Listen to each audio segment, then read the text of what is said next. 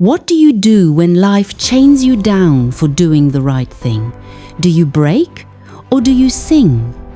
Here is a story of two men, beaten, chained, and cast into darkness, who sang at midnight, and the earth answered.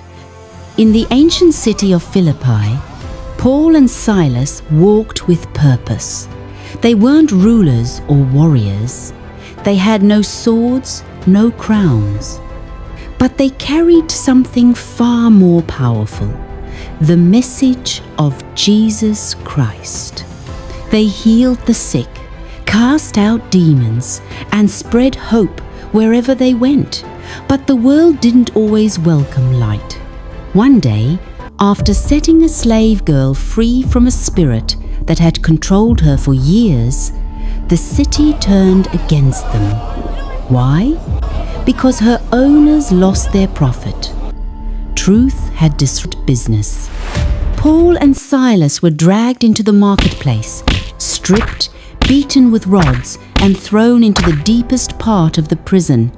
Their backs bled, their hands and feet were chained. They had no lawyer, no justice, no relief.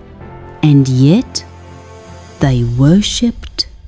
As the night deepened and the smell of damp stone filled the air, other prisoners expected groans, maybe silence, but they heard singing, songs of praise, prayers, worship that rose from wounded hearts, not because everything was okay, but because they believed God was still good.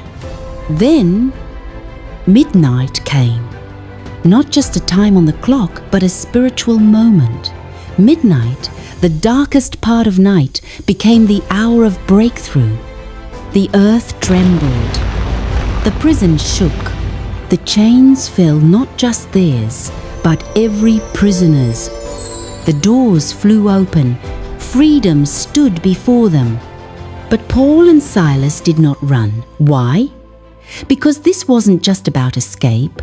It was about purpose. The jailer, waking to see the prison doors open, feared the worst. He drew his sword to take his life, thinking the prisoners had fled.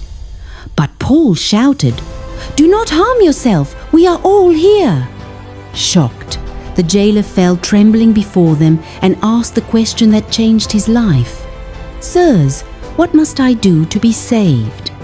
That night, the man who once kept them in chains became their brother in Christ. He washed their wounds. Paul and Silas shared the gospel with his entire household. And before the sun rose, they were all baptized. Paul and Silas weren't freed by force.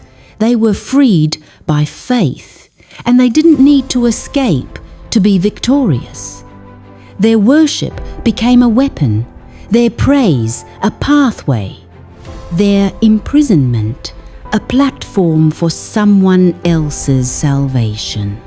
So the next time you feel bound, broken, or betrayed, remember, your midnight may be dark, but it's also when miracles are born.